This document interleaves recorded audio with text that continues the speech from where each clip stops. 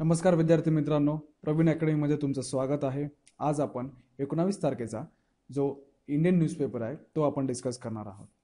To start with जो editorial page आहे त्याच्यासोबत आपण स्टार्ट करू आणि कालचा जो आपला एक टॉपिक राहिलेला आहे त्याच्यापासून आपण मग त्याच्याकडे आपण मग पुन्हा एकदा जाऊ. ओके, चलो then now see going forward. आज जरा जास्त डेटा नाही आहे, सो आजची व्हिडिओ थोडी छोटी असेल. लेट्स सी ह्या ज्या आर्टिकलमध्ये आहे रिव्ह्यू अँड रिवाइज, या आर्टिकलमध्ये ट्रान्सजेंडर बिल सध्या लोकसभेने जे पास केलेलं आहे त्याच्याबद्दल आपण बोलत आहोत. सी झालेलं काय, 2014ला जी नालसा जजमेंट आलेली सुप्रीम कोर्टची, त्या जजमेंटमध्ये सुप्रीम कोर्टने काय सांगितलेलं की जे LGBTQ कम्युनिटी आहे आणि जे हेट्रोसेक्शुअल कम्युनिटी आहे त्यांना काही अधिकार आहेत. कोणकोणते अधिकार दिलेले आहेत सुप्रीम कोर्टाने त्यांना? तर आपल्या फंडामेंटल राईट जे कॉन्स्टिट्यूशनमध्ये आर्टिकल 12 ते 35 या दरम्यान जे आर्टिकल दिलेले आहेत, जे फंडामेंटल राईट्स आहेत, ते आर्टिकल जसे एका मेलला किंवा फिमेलला आहेत तसेच ते हेट्रोसेक्शुअल सिटिझन्सला सुद्धा आहेत. हा झाला पहिला वर्डिक्ट इन द नालसा. त्याच्यानंतर नालसा जजमेंटमध्ये सुप्रीम कोर्ट बोललेलं की कुठल्याही हेट्रोसेक्शुअल पर्सनला किंवा कुठल्याही मेलला किंवा फिमेलला आपलं सेक्शुअल ओरिएंटेशन ठरवण्याची पूर्ण फ्रीडम त्यांना देण्यात आलेलं आहे. फॉर एक्झाम्पल, एखादा व्यक्ती माणूस आहे की स्त्री आहे हे त्याच्या सायकोलॉजिकल टेंडन्सीवर डिसाईड होतं नाही, आणि सायकोलॉजिकल टेंडन्सीवर डिसाईड होतं आणि त्याच्या फिजिकल अपिरियन्सवर डिसाईड होत नाही. सो पर्टिक्युलर ह्युमन बिंगला पूर्ण फ्रीडम आहे त्याला जे वाटेल ते सेक्शुअल ओरिएंटेशन डिसाईड करण्याची. ठीक आहे. सो आता बघा, हे जे आत्ताचं जे ट्रान्सजेंडर बिल जे लोकसभेने आता पास केलेलं आहे त्याच्यामध्ये काही प्रॉब्लेम्स आहेत. त्या प्रॉब्लेम्सवर आपण लक्ष देऊया. बिकॉज एक्झाममध्ये देर इज पॉसिबिलिटी दॅट कुठल्याही ट्रान्सजेंडर बिलवर एक डायरेक्ट क्वेश्चन आपण एक्सपेक्ट करत आहोत. आणि दॅट्स वाय जसं आपल्याला माहीत आहे, सी नालसा जजमेंट ही आपल्या एक्झाम पॉईंट ऑफ व्ह्यूने महत्त्वाचे आहेत. सिमिलरली ट्रान्सजेंडर बिल हे सुद्धा आपल्या एक्झाम पॉईंट ऑफ व्ह्यूने महत्त्वाचं आहे. ओके, नाव सी जी ट्रान्स मुवमेंट और क्विअर मुवमेंट, सी क्युअर म्हणजे हेट्रोसेक्शुअल किंवा ज्यांना आपण हिजराज बोलतो, राईट, त्यांना that is a synonyms for the queer. So trans movement किंवा queer movement is known for is radical insistence that gender is not one time fixed membership but it is a flowering subjective and personal experience. याचा अर्थ काय होतोय, transgender movement किंवा queer movement यांना काय म्हणायचं आहे की कुठल्याही व्यक्तीचा जेंडर ही पूर्ण लाईफ टाईम कन्सेप्ट नाही आहे, तर ती फ्लो होत असते, ती सब्जेक्टिव्ह असते आणि ती चेंज होऊ शकते. फॉर एक्झाम्पल, सपोज एक्स ही व्यक्ती जर एक मेल म्हणून जन्माला जरी आलेली असेल, पण याचा अर्थ हा नाही की ती एक्स व्यक्ती जेव्हा मरेल तेव्हा ती मेल म्हणूनच मरेल. इट इज पॉसिबिलिटी की ते आपलं जेंडर चेंज सर्जरी करून ते आपलं जेंडर चेंज करू शकेल. So gender it is a flowing and a subjective concept for the human existence. ठीक आहे. नाव सी इथे बघा, नालसा जजमेंटमध्ये काही फ्रीडम्स दिलेले होते सुप्रीम कोर्टने ट्रान्सजेंडर कम्युनिटीला, पण हे जे कुठले फ्रीडम्स दिलेले होते हे कम्प्लिटली मिसिंग आहेत from the transgender protection of rights bill 2016. ठीक आहे. आता काय झालेलं काय नेमकं की ह्या बिलमध्ये एक डिस्ट्रिक्ट स्क्रीनिंग कमिटी देण्यात आलेली. आता डिस्ट्रिक्ट स्क्रीनिंग कमिटीचे मेंबर कोण आहेत त्याची काही आपल्याला जास्त डीपमध्ये जायची गरज नाही, पण तरी तुम्हाला सांगून देतो. डिस्ट्रिक्ट स्क्रीनिंग कमिटीचा हेड असेल DM, that is an IAS, आणि त्याच्यामध्ये आणि त्यानंतर मग ट्रान्सजेंडर कम्युनिटीचे मेंबर्स असेल, NGOचे मेंबर्स असेल आणि एक मेडिकल प्रॅक्टिशनर तिथे असेल. सो ही जी डिस्ट्रिक्ट स्क्रीनिंग कमिटी असेल ती डिसाईड करेल, त्यांच्याकडे त्यांना पॉवर दिले आहे that the district screening committee is invested with the power to certify people as trans or not. म्हणजेच काय, ही डिस्ट्रिक्ट स्क्रीनिंग कमिटी ही डिसाईड करेल की एखादी पर्टिक्युलर व्यक्ती ट्रान्सजेंडर आहे की नाही. ठीक आहे. त्यानंतर त्यांना एक दुसरी अजून पॉवर दिलेली आहेत. Transition from one gender identity to another will be certified as a male or female only after gender reassignment surgery. ठीक आहे. याचा अर्थ काय होतोय की एखादा ट्रान्सजेंडर माणसाला, एखाद्या ट्रान्सजेंडर व्यक्तीला मेल किंवा फिमेल व्हायचं असेल तर त्याला एकच ऑप्शन होतो की त्याने जेंडर आयडेंटिटी चेंज करून घ्यायची. आणि ती जेंडर आयडेंटिटी कशी चेंज करायची? By reassignment surgery. पण नालसा जजमेंटमध्ये स्पेसिफिकली सुप्रीम कोर्टने सांगितलेलं होतं की any instance, right, any insistence on this surgery for declaring one's gender is immoral and illegal. Supreme कोर्टने स्पेसिफिकली आणि सब्जेक्टिव्हली ते सांगितलेलं आहे की कुठल्याही व्यक्तीवर कंपल्शन करणं की तुला जेंडर रिअसाइनमेंट सर्जरी करावीच लागेल to attain a particular gender it is a immoral and illegal. पण ह्या जजमेंटला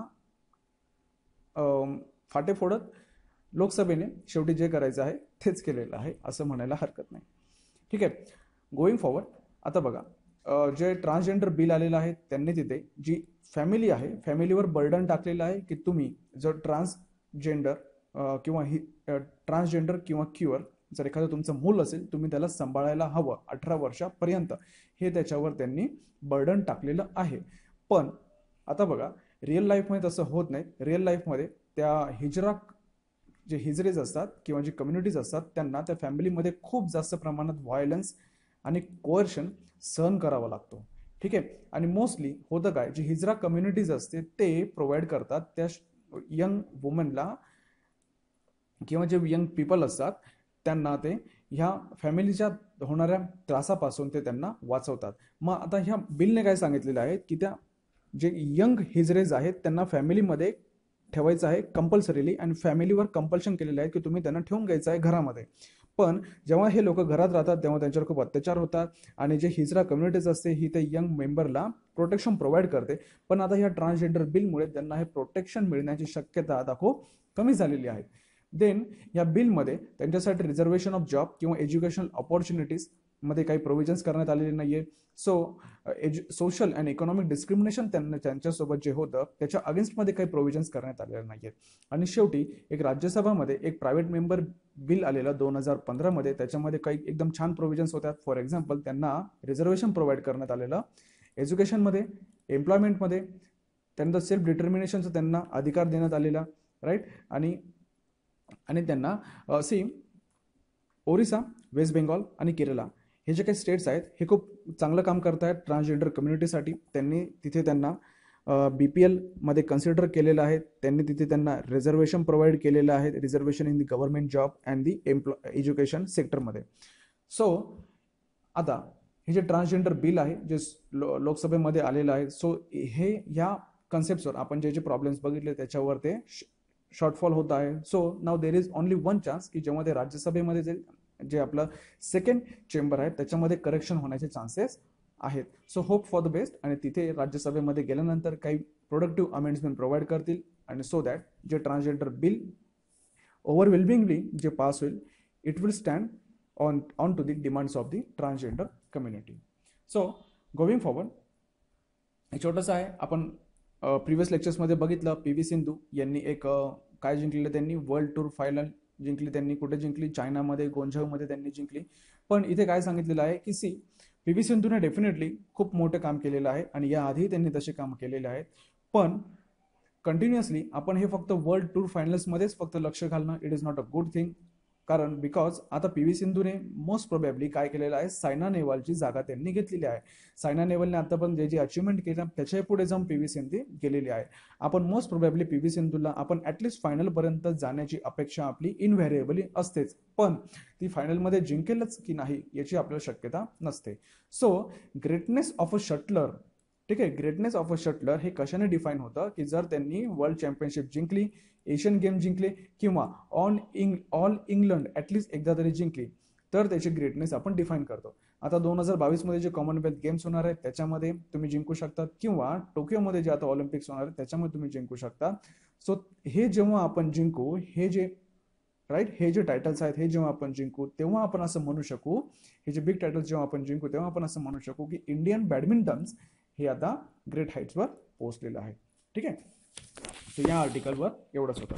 आता हे जे नेक्स्ट आर्टिकल आहे हे खूपच छान आर्टिकल आहे, मला आवडला आहे, बघा एकदा.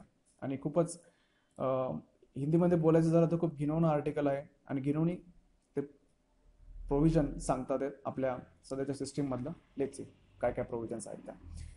आता आपल्याला माहीत आहे, let me get to it.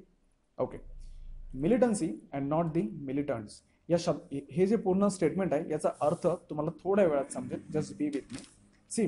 झालेलं काय, आपल्याला माहिती आहे की लास्ट सॅटर्डेला किंवा सॅटर्डे विसरून जा, लेटेस्टली 11 लोक मेलेत पुलवामा डिस्ट्रिक्टमध्ये, काश्मीरमध्ये. हे कशामुळे मेलेत? आर्म फोर्सेसने फायरिंग केलेली. आपण ते लास्ट प्रिव्हियस लेक्चर्समध्ये आपण डिस्कस केलेलं आहे. आता ह्या आर्टिकलमध्ये डिस्कस करण्यासारखं काय आहे आपण डायरेक्टली त्याच्याकडे जाऊया. गेले 30 वर्ष सिक्युरिटी सिस्टीम्सला होतं काय, मला एक क्रक्समध्ये तुम्हाला हे सगळं सांगू द्या.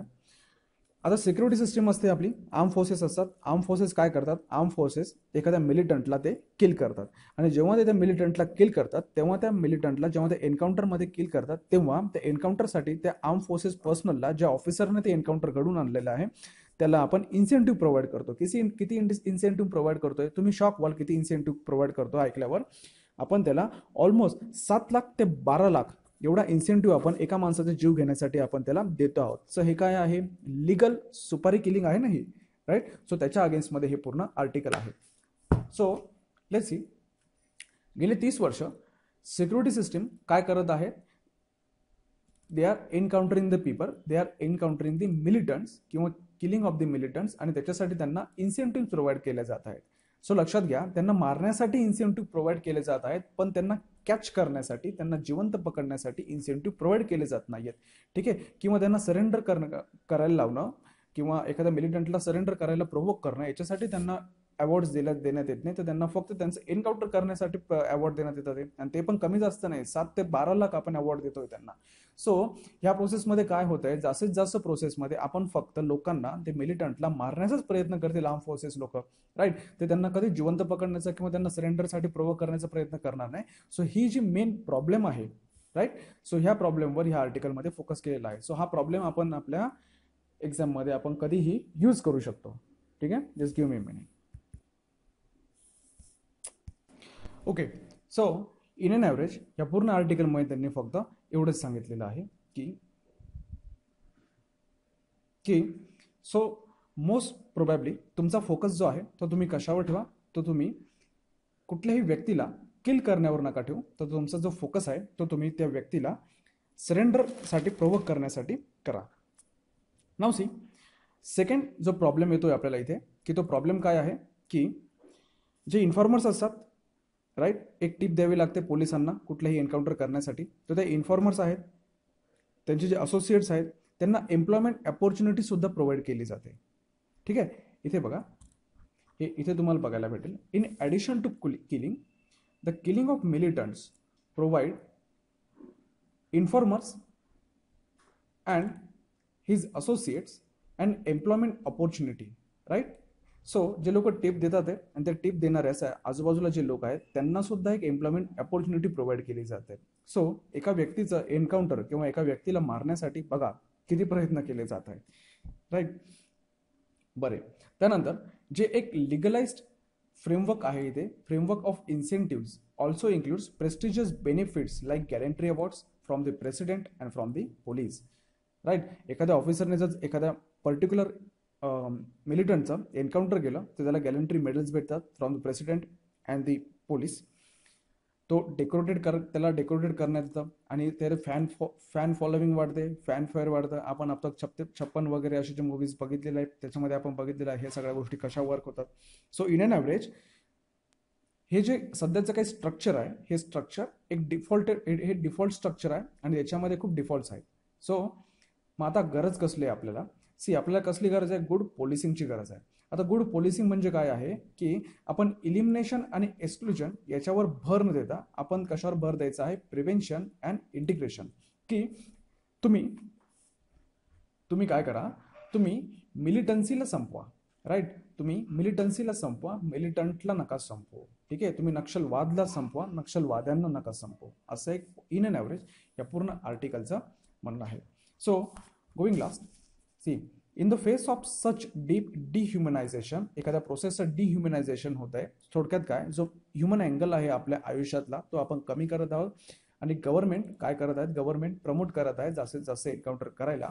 सो गव्हर्नमेंटने काय करायला पाहिजे, गव्हर्नमेंटने ही सिस्टीम चेंज करायला पाहिजे आणि तुम्ही इन्सेंटिव्हाइज करा सिक्युरिटी फोर्सेसला to surrender the militants and capture them alive. ठीक आहे. सो ही जी प्रोसेस आहे ही पूर्ण तुम्ही डायरेक्टली उलटी करून ठेवा असं त्यांना सांगायचं आहे.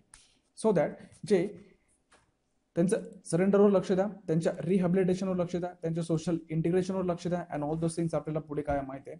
सो दॅट जी व्हॅलीतले जे पीपल आहेत, काश्मीर व्हॅलीतले जे पीपल आहेत ते रेस्ट ऑफ द इंडियापासून मार्जिनलाइज होणार नाहीत याची आपल्याला काळजी घ्यायची आहे. ठीक आहे. सो या सेक्शनमध्ये एवढं होतं.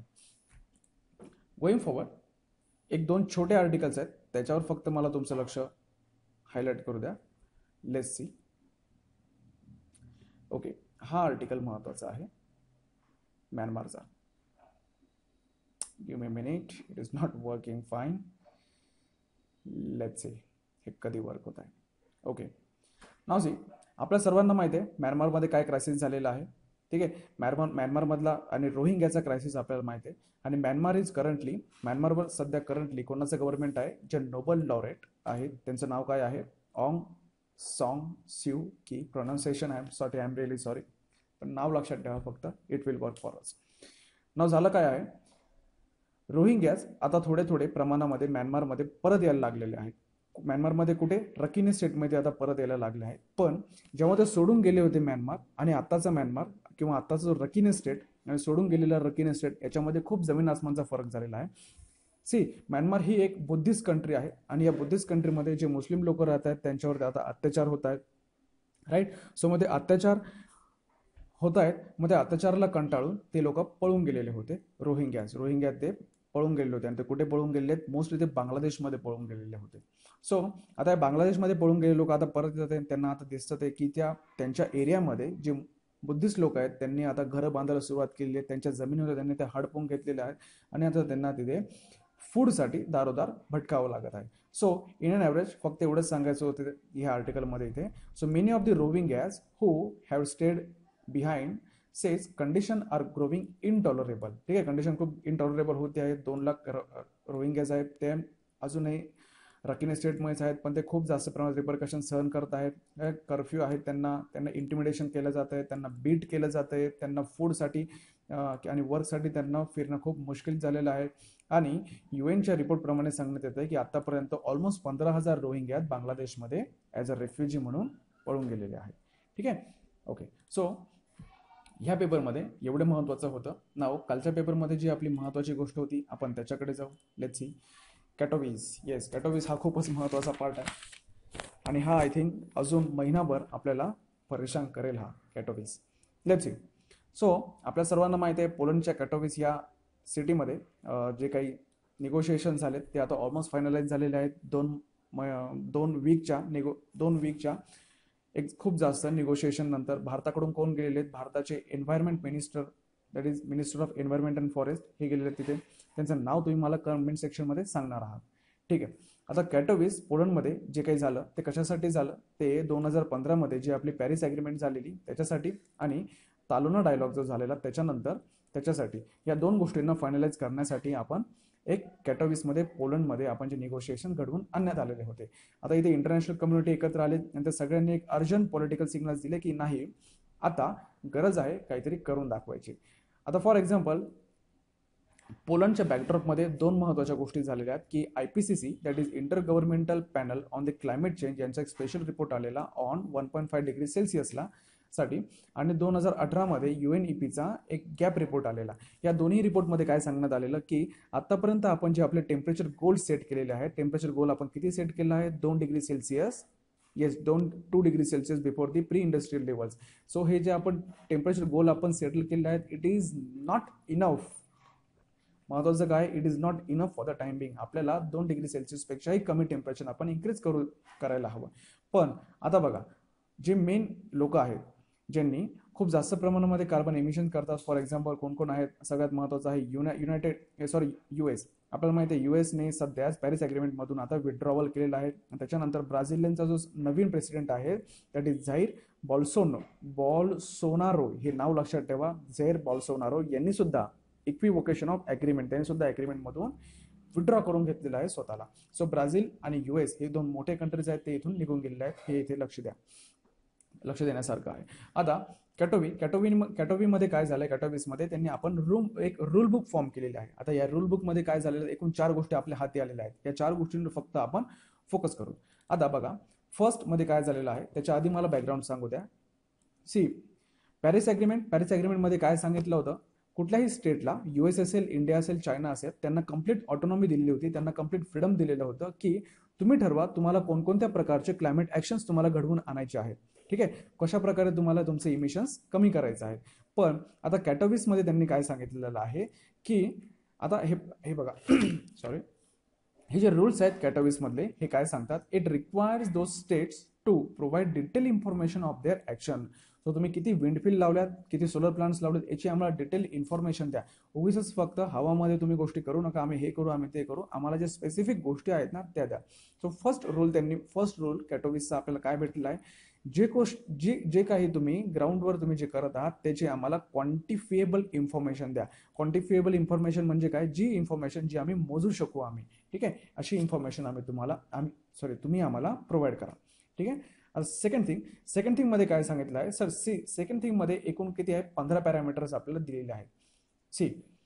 आता पॅरिस अग्रीमेंटमध्ये पॅरिस अग्रीमेंट काय होतं, हे फ्रेमवर्क होतं. पॅरिस अग्रीमेंटमध्ये एक बाउंड्री दिलेली होती आणि आता त्या बाउंड्रीमध्ये जे काही काम करायचं आहे ना ते आता हळूहळू आपल्याला भेटत आहे. आता ह्या वर्षी झाली कॅटोविस, मागच्या वर्षी कुठली झालेली, तलोना झालेली, त्याच्यावरती कुठली झालेली, त्याच्यावरती कुठली झाली कमेंट सेक्शनमध्ये सांगा. त्याच्या आधी कुठली झालेली, 22वी COP कुठे झालेली हे मला कमेंट सेक्शनमध्ये प्लीज सांगा. ओके. पॅरिस अग्रीमेंटमध्ये जो आपण सेकंड पॉईंट बघत आहोत, पॅरिस अग्रीमेंटमध्ये काय दिलेलं होतं, एक general obligation for the developed countries to provide the climate finance. ठीक आहे, एक जनरल ऑब्लिगेशन होतं त्यांच्यावर, ओके, कंपल्शन होतं त्यांच्यावर, फक्त एक रिस्पॉन्सिबिलिटी आपण त्यांना दिली होती की तुम्ही प्रोव्हाइड करा आणि मोबिलाइज करा, क्लायमेट फायनान्स प्रोव्हाइड करा. किती प्रोव्हाइड केला, तो किती आहे, $100 बिलियन. किती वर्षांमध्ये, 2022 वर्षांपर्यंत तुम्हाला $100 बिलियन तुम्हाला मोबिलाइज करायचे आहेत असं त्यांनी टार्गेट दिलेलं. पण आता कॅटोविस रूल्समध्ये त्यांनी 15 स्पेसिफिक इन्फॉर्मेशन आम्हाला प्रोव्हाइड करायचे आहे. डेव्हलप कंट्रीजला त्यांनी सांगितलं आहे कॅटोविस रूल्सने की develop countries you should provide us 15 specific pieces of information on this climate finance. Climate फायनान्सवर तुम्ही आम्हाला 15 स्पेसिफिक गोष्टी सांगायच्या आहेत, एवढ्या गोष्टी त्यांनी सांगितलेल्या आहेत. सो दॅट आता बघा अगेन क्वांटिफायबल आपण इथे येतो आहोत. सो स्पेसिफिक गोष्टी तुम्ही आम्हाला सांगायच्या आहेत. सो स्पेसिफिक गोष्टींमुळे मग तुम्ही आता त्याच्यामधून पळून जाऊ शकत नाही आहात. हा एक काइंड ऑफ करायचं होतं या कॅटोविसला. थर्ड गोष्टमध्ये बघा, थर्ड गोष्टमध्ये ओव्हरऑल त्यांना अकाउंटेबिलिटी आणि ट्रान्सपरन्सी प्रोव्हाइड करायची आहे. पॅरिस अग्रीमेंटमध्ये काही महत्त्वाच्या की प्रोसेसेस एस्टॅब्लिश करण्यात आल्या होत्या. त्या कुठल्या होत्या, एक होतं ट्रान्सपरन्सी फ्रेमवर्क, त्याच्यानंतर एक होतं ग्लोबल स्टॉकटेक, त्याच्यानंतर होतं कंप्लायन्स रिजन. ग्लोबल स्टॉकटेक काय आहे मी तुम्हाला सांगतो, पण सध्या बघा ट्रान्सपरन्सी फ्रेमवर्क काय होतं, ट्रान्सपरन्सी शब्दामध्येच आहे की जे काही तुम्ही काम करणार त्याच्यामध्ये तुम्ही ट्रान्सपरन्सी ठेवायची आहे. सो जे काही तुम्ही क्लायमेट चेंज कंट्रोल करण्यासाठी आणि इमिशन्स कंट्रोल करण्यासाठी जे काही काम करणार ते तुम्ही ट्रान्सपरंट ठेवायचं आहे. ठीक आहे, बरं. सो त्याच्यानंतर येस कंप्लायन्स रिजन म्हणजे काय, आता कंप्लायन्समध्ये आपण थोड्या वेळाने येऊ. सध्या आपण हा जो ग्लोबल स्टॉकटेक आहे ना हा महत्त्वाचा आहे. याच्यावर question I am expecting the global स्टॉकटेकवर क्वेश्चन, एक मेन्सवर क्वेश्चन असू शकतो किंवा आपल्याला प्रीमध्ये सुद्धा क्वेश्चन आपण फेस करू शकतो. सो लेट्स सी ग्लोबल स्टॉकटेक काय होतं. ग्लोबल स्टॉकटेक काय आहे, दर 5 वर्षांनी रिव्ह्यू करणार आहे. 5 वर्षांनी रिव्ह्यू करणार. कसला रिव्ह्यू करणार, कंट्रीजने जे क्लायमेट ॲक्शन्स घेतलेले आहेत त्याचा आपल्या क्लायमेटवर किती इफेक्ट झालेला आहे त्याचा आपण फक्त रिव्ह्यू करायचा आहे. येते लक्षात. आणि आता पॅरिस अग्रीमेंटमध्ये ठरवण्यात आलं होतं की जो पहिला ग्लोबल स्टॉकटेक किंवा पहिला global review on the climate change actions हा कधी घेणार आहोत, आपण 2023ला घेणार आहोत. आणि याच्यामध्ये आपण काय ॲक्सेस करणार आहोत की आत्तापर्यंत जे ॲक्शन्स घेतल्या त्याच्या क्लायमेट ॲक्शन्सवर काय रिझल्ट आलेला आहे आणि आपण जे ॲक्शन्स घेतल्या त्या आपण जे 2 डिग्री सेल्सिअसचं टार्गेट ठेवलेलं आहे त्या 2 डिग्री सेल्सिअसच्या टार्गेटसोबत त्या इन कम्प्लायन्स आहेत काय, आर दे इन कन्सिस्टंट. आणि जर ते कन्सिस्टंट नसतील तर आपण मग त्या आपले जे ॲक्शन्स आहेत ते चेंज करायला हवेत. पण एक गोष्ट लक्षात ठेवा, global stocktake will not go into who should do how much. ठीक आहे, अमेरिकेने किती चेंज करायचं आहे त्याच्यामध्ये ग्लोबल स्टॉकटेक जाणार नाही. चायनाने किती चेंज करायचं त्याच्यामध्ये ग्लोबल स्टॉकटेक जाणार नाही. इट इज ग्लोबल, पूर्ण वर्ल्ड ओव्हर फक्त ते ॲसेस करेल आणि बाजूला ठेवून देईल. एक कंपल्शन नाही करणार आहेत ते कोणावर. ठीक आहे, बरे. नाव गोविंग फॉरवर्ड. सी आता ग्लोबल स्टॉकटेक हे इन्फॉर्मेशन प्रोव्हाइड करेल. ग्लोबल स्टॉकटेक इन्फॉर्मेशन प्रोव्हाइड कशावर इन्फॉर्मेशन प्रोव्हाइड करेल. नॉन स्टेट ॲक्टर म्हणजे प्रायव्हेट कंपनीज किती इमिशन करत आहेत, त्याच्यानंतर लॉस अँड डॅमेजवर ते कन्सिडर करतील, इक्विटीवर कन्सिडर करतील, सायन्सवर कन्सिडर करतील, कलेक्टिव्ह प्रोग्रेसवर ते कन्सिडर करतील, लॉंग टर्म गोल्स अँड ॲग्रीमेंटवर ते कन्सिडर करतील. सो इन एन ॲव्हरेज या सगळ्या पॅरामीटरवर ग्लोबल स्टॉकटेक इन्फॉर्मेशन प्रोव्हाइड करेल. एवढंच आहे या ग्लोबल स्टॉकटेकमध्ये. ठीक आहे, त्याच्यानंतर आपण बघूया. आता बघा the steady flow of information on the ambition gap will generate its own pressure on the states. Talanoa डायलॉगमध्ये सांगितलेलं की it is alarming that 1.5 degree Celsius report of the IPCC and catastrophic climate events this year have elicited promises that several countries that they will submit more ambitious actions by the 2020. ठीक आहे. So 2020 पर्यंत आपल्याला मोर ambitious targets provide करावे लागतील. आणि शेवटचा जो चौथा पॉईंट आहे आपला, ते चौथा पॉईंट जे कॅटोविस रूल्सने आपल्याला दिलेला, त्याच्यामध्ये त्यांनी काय दिलेलं आहे, कंप्लायन्स कमिटी दिलेली. ठीक आहे. आता कंप्लायन्स कमिटी म्हणजे काय, आता बघा कुठलाही एखादा रूलबुक असेल त्या रूलबुकला ते रूलबुकनुसार काम होतंय की नाही हे करण्यासाठी एखादी कमिटी असते. जसं आपल्याकडे सेंट्रल व्हिजिलन्स कमिशन आहे. सो तर सिमिलरली एक कंप्लायन्स कमिटी इथे प्रोव्हाइड करण्यात आलेली आहे. सो ही कंप्लायन्स कमिटी काय करेल, आत्तापर्यंत जे कंट्रीब्युशन्स होतात आहेत, contribution from the developed countries, ठीक आहे, जो फंड आपण आता GCF आपण तयार केला आहे त्याच्यामध्ये जे कंट्रीब्युशन्स होतात तर ते कंट्रीब्युशन्स व्यवस्थित आहेत का, सिग्निफिकंट आहेत का, इनकन्सिस्टंट तर नाही आहेत ना, ह्या गोष्टींवरती लोक लक्षात ठेवणार. फक्त इथे एक महत्त्वाचं हे आहे की कमिटी ही फोर्स नाही आहे. ठीक आहे. कमिटी फक्त सजेस्टिव्ह आहे. ही जास्त डीपमध्ये जाणार नाही. हे जास्त कोणाला फोर्स करू शकत नाही की तुम्हाला हे करावंच लागेल. ते फक्त काय करू शकतात, असिस्ट करू शकतात. तुम्ही फक्त असिस्ट करणार आहेत कमिटीकडे आपण थोडक्यात एक काठी दिलेली नाही आहे. त्यांना फक्त एक बोलण्याची मुभा दिलेली आहे. तुम्ही हे बोला, तुम्ही हे सजेस्ट करा. ठीक आहे. तुम्ही कोणालाही फोर्स किंवा कंपेल नाही करू शकत आहात ह्या याच्यामध्ये. सो मला समजत नाही याचा काय उपयोग काय. मग कंप्लायन्स कमिटीला जर तुम्ही दात नाही दिलेत, फक्त मग भुंकायची त्यांना मुभा दिलेली आहेत पण त्यांना चावायची त्यांना मुभा दिलेली नाही, then what is use of that compliance committee. कारण की जे मोठे मोठे नेशन्स, फॉर एक्झाम्पल US असेल, रशिया असेल, चायना असेल, हे सगळे ते त्यांच्याकडे इकॉनॉमिक पॉवर एवढी जास्त आहेत की ते ह्या कंप्लायन्स कमिटीचं म्हणणं इग्नोर करू शकेल. ठीक आहे. सो गोईंग फॉरवर्ड, सो हा एक प्रॉब्लेम आहे या कॅटोविसचे रूल बेस्ड आहे. आता जे रूल बेस्ड फक्त आता तयार होत आहे, एका साईडला डेव्हलप कंट्रीज आहेत, एका साईडला डेव्हलपिंग कंट्रीज आहेत, ह्या दोघांच्या फ्रिक्शनमधून आता हे रूलबुक तयार होत आहे. हळूहळू आता हे बघायला भेटेल आपल्याला की नेमकं काय उलगडून येतंय आपल्यासमोर. फक्त आता नीड काय आहे की जी कमिटी आहे ना, ह्या कमिटीला आपल्याला जरा एम्पॉवर करण्याची गरज आहे. ठीक आहे. याला जास्त आपण एम्पॉवर केलं तर इट विल वर्क फाईन, असं या ऑथरचं म्हणणं आहे. आता कॅटोविस रूल्स हे डिटेल्ड आहेत, कॉम्प्लेक्स आहेत, सायन्स बेस्ड आहेत आणि they try to instil discipline. ते थोडं डिसिप्लिन आणि अकाउंटेबिलिटी प्रोव्हाइड करायची प्रयत्न करत आहे. पण आता सध्याची गरज काय आहे की आता रूल तयार करणं हे खूप झालंय. आता जी ॲक्शन ऑन द ग्राउंड ती डिलिव्हर करण्याची आता गरज आहे. सो इन एन ॲव्हरेज या आर्टिकलमध्ये ह्या गोष्टी दिलेल्या होत्या. सो आपल्याला 4 गोष्टी भेटल्यात ज्या कॅटोविसमधून आपल्याला काय आले. पहिली गोष्ट कुठली होती, इन्फॉर्मेशन. आम्हाला तुम्ही जे मेजर्स घेतलेले आहेत त्याच्यानुसार आम्हाला इन्फॉर्मेशन करा, क्वांटिफायबल इन्फॉर्मेशन प्रोव्हाइड करा. सेकंड कुठला होता, आम्हाला इन्फॉर्मेशन तुम्ही किती पॅरामीटर्स कन्सिडर करणार आहात, 15 पॅरामीटरवर तुम्ही आम्हाला इन्फॉर्मेशन प्रोव्हाइड करणार आहात. तिसरा पॅरामीटर होता अकाउंटेबिलिटी दिलेली आहेत इम्प्लिमेंटेशनसाठी आणि ट्रान्सपरन्सी. या अकाउंटेबिलिटी, इम्प्लिमेंटेशन आणि ट्रान्सपरन्सी ह्या 3 गोष्टी प्रोव्हाइड केल्या आहेत तिसऱ्या पॉईंटमध्ये. आणि चौथ्या पॉईंटमध्ये आपल्याला कंप्लायन्स कमिटी दिलेली आहेत. कंप्लायन्स कमिटीचे प्रॉब्लेम्स आपण बघितले की त्यांना दात दिलेले आहेत, त्यांना दात नाही दिलेले आहेत पण त्यांना फक्त भुंकायची त्यांना पॉवर दिलेली आहे. आणि सगळ्यात शेवटी आपण काय बघितलं की कॅटोविस रूल्स हे कसे डिटेल्स आहेत, कॉम्प्लेक्स आहेत, सायन्स बेस्ड आहेत. ठीक आहे. पण आता रूल्स खूप झालेत आणि आता there is a need to deliver action on the ground. ठीक आहे.